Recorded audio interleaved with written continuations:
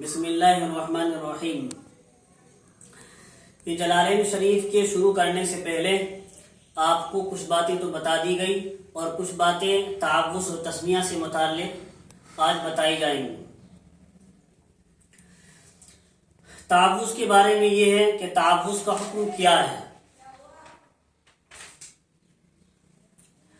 हज़रात जुमहूर का कौल तो ये है, तावुज़ नमाज के अंदर तो सुन्नत है और खारिज सलात नमाज से बाहर मुस्तहब है। दूसरा कौल अता इब्न अबी रबाह का है, दोनों सूरतों में तावुज़ पढ़ना वाजिब है, चाहे नमाज के अंदर हो और चाहे नमाज से बाहर तिलावत कर रहा हो। तीसरा कौल इमाम मालिक का है, सिर्फ नवाफिल में तावुज़ पढ़ी जाएगी, बाकी में नहीं। चौथा कौल मोहम्मद इब्न सीरीन का है, जिंदगी में एक बार तावुज़ पढ़ना वाजिब है, बाकी औकात में मुस्तहब है। बिस्मिल्लाह से मुताल्लिक़ एक बात तो ये है कि इस बिस्मिल्लाह का शान नुज़ूल क्या है। अरब वाले ज़माने जाहिलियत में बुतों अपने कामों की इब्तिदा बुतों के नाम से किया करते थे। मसलन बिस्मिल्लाह वल उज़्ज़ा ये कहा करते।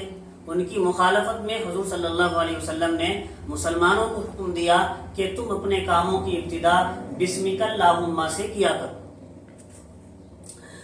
उसके बाद बिस्मिल्लाह मजरिहा के अल्फाज कुरान में नाजिल हुए तो आप सल्लल्लाहु अलैहि वसल्लम अपना काम लफ्ज़ी बिस्मिल्लाह से करने लगे। उसके बाद कुल अल्लाह अबिदुर रहमान की आयत नाजिल हुई, फिर उसके बाद जाकर बिस्मिल्लाहिर्रहमानिर्रहीम के अल्फाज नाजिल हुए। ये इसका शान नुज़ूल है और फिर बिस्मिल्लाहिर्रहमानिर्रहीम से ही अपने कामों को शुरू करने का हुक्म दे दिया गया। दूसरी बात बिस्मिल्लाह से मुताल्लिक़ ये है कि इसका हुक्म शरई क्या है।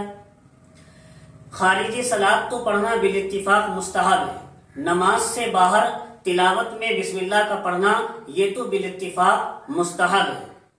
और दाखिले सलात के बारे में इमाम मालिक फरमाते हैं ये मकरूह है। इमाम अबू हनीफा रहमतुल्लाह अलैह की दो रिवायतें हैं। बरिवायत अबू यूसुफ बिस्मिल्लाह हर रकात में पढ़ी जाए। इमाम अबू यूसुफ की रिवायत ये है कि बिस्मिल्लाह हर रकात में पढ़ी जाए। और इमाम हसन की रिवायत इमाम अबू हनीफा से ये है कि सिर्फ पहली रकात में पढ़ी जाएगी, बाकी रकातों में फिर बिस्मिल्लाह नहीं पढ़ी जाए। दोनों ही रिवायतें हैं और दोनों के मुताबिक ही अमल किया जा सकता है। हुरूफ मुक़त्तआत अब इसमें आए हैं, लफ्ज़ अलिफ लाम मीम से शुरू हो गए हैं। ये इनकी तहक़ीक़ क्या है। मुक़त्तआत इसमें मफ़ऊल है, क़त्ता तक़तियान बाब तफ़ईल से है, इसके माना काटने के आते हैं, काटना काट काट कर पढ़ना। तो हुरूफ मुक़त्तआत इनको इसीलिए कहा जाता है कि इनको काट काट कर अलग अलग करके पढ़ा जाता है, इसीलिए इनको हुरूफ मुक़त्तआत कहते हैं। ये हुरूफ मुक़त्तआत 14 हैं। कुरान की 29 सूरतों के शुरू में आए हैं और ये 5 किस्म के हैं। बाज़ उहादी हैं जो एक एक हर्फ के हैं, जैसे काफ स्वाद। बाज़ सुनाई हैं जो दो दो हर्फ के हैं, जैसे हामीम तोहा। बाज़ सुलासी हैं, तीन तीन हर्फ के हैं, जैसे अलिफ लाम मीम अलिफ लाम रा।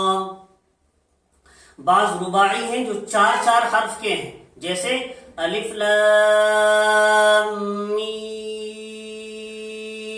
साद। स्वाद पर भी मदी है। अलिफ लाम मीम रा।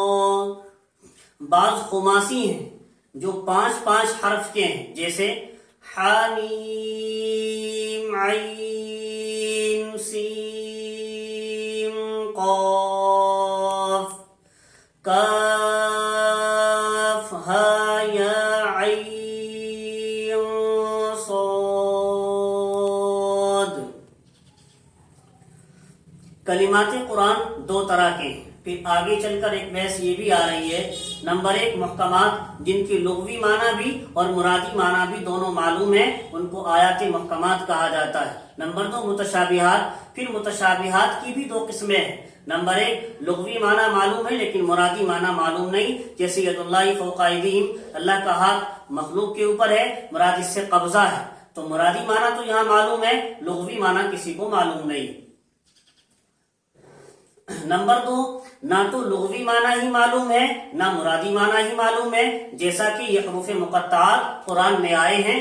صحیح تو یہی ہے جس کو مصنف رحمۃ اللہ علیہ نے بھی اختیار کیا ہے، واللہ اعلم بمرادہ، کہ نہ ان کے لغوی معنی معلوم ہے نہ ان کے مرادی معنی معلوم ہے، اور ان کی صحیح مراد اللہ ہی زیادہ جانتے ہیں۔ مگر بعض حضرات نے ان کے کچھ رموز اور اشارات بیان کیے۔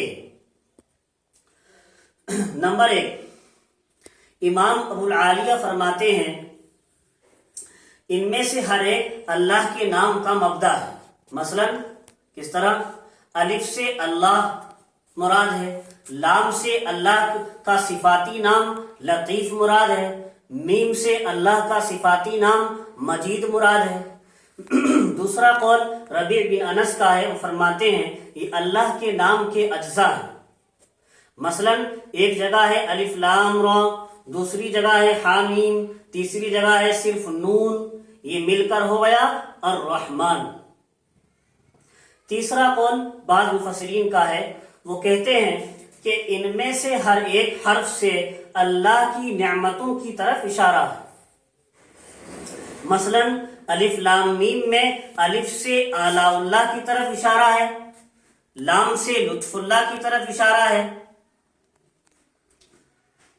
اور میم سے مجید اللہ کی طرف اشارہ ہے۔ خیر یہ بعض حضرات نے کچھ رموز و اشارات بیان کیے ہیں، باقی صحیح بات اکثر مفسرین کی اور جمہور مفسرین کی یہی ہے کہ ان کی معنی اور مراد یہ سب اللہ ہی جانتے ہیں، اللہ اور اس کے رسول ہی جانتے ہیں، اور اس کے علاوہ سے ان کی معنی اور مراد کو مخفی رکھا گیا ہے۔